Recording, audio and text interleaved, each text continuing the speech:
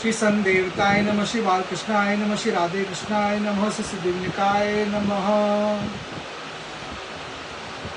मैत्री उवाच इति परदस्य सन भगवानं सतीर्थ ततात्मनो गतियम स्वमात्रा ब्रह्मवादिन्या कपिलो नुमुत्तो ययो। मैत्री जी कहते हैं, इस प्रकार अपने श्रेष्ठ आत्मज्ञान का उपदेश कर कपिल देव जी अपनी ब्रह्मवादिनी जननी की अनुमति लेकर वहां से चले गए। स चापी तम योगतेन योग देशेन योग युक्त तस्मिन्नात्र ओपे अपीडे सत्याम समाहित। तब देवहूति जी भी सरस्वती के मुकुट सदृश अपने आश्रम में अपने पुत्र के उपदेश किए हुए योग साधन के द्वारा योगाभ्यास करती हुई समाधि में स्थित हो गई। अभिक्षण वागापाशिन जाठिला न कुटिलालकान आत्मन्न चौतग्र तपस्सा विभ्रति चरणम कृशम। त्रिकाल स्नान करने से उनकी घुंघराली हल्के बुरी बुरी जटाओं में परिणित हो गई तथा चीर वस्त्रों से ढका हुआ शरीर उग्र तपस्या के कारण दुर्बल हो गया। प्रजापत्यम कर्दमस्य तपोयोगिजमितम स्वार्हतस्स मनोपयम प्रार्थ्यम वेमान केरापि।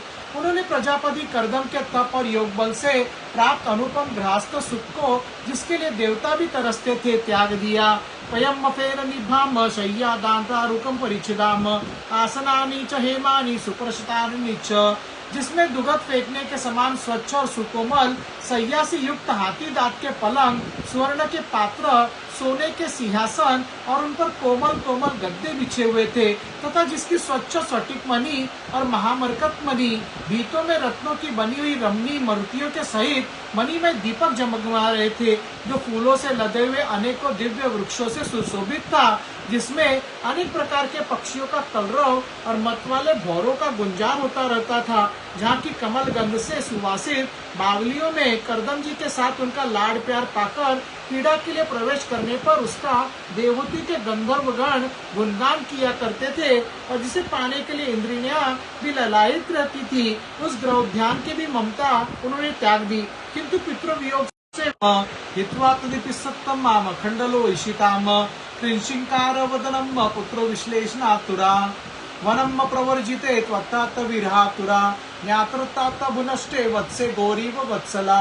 पति के वनगमन के अनंतर पुत्र को भी वियोग हो जाने से वो आत्मज्ञान संपन्न होकर भी ऐसी व्याकुल होगी जैसे बछड़े के बिछुड़ जाने से उसे प्यार करने वाले गौ। तमेव ध्यायति देव पत्न्याम कपिलम हरियम बभुवाचारितो वत्स सुप्रातदाशे गृहे। वत्स विदुर अपने पुत्र कपिल देव रूप सन भगवान हरि के चिंतन करते करते कुछ ही दिनों में ऐसे ऐश्वर्य संपन्न घर से भी उपरक्त हो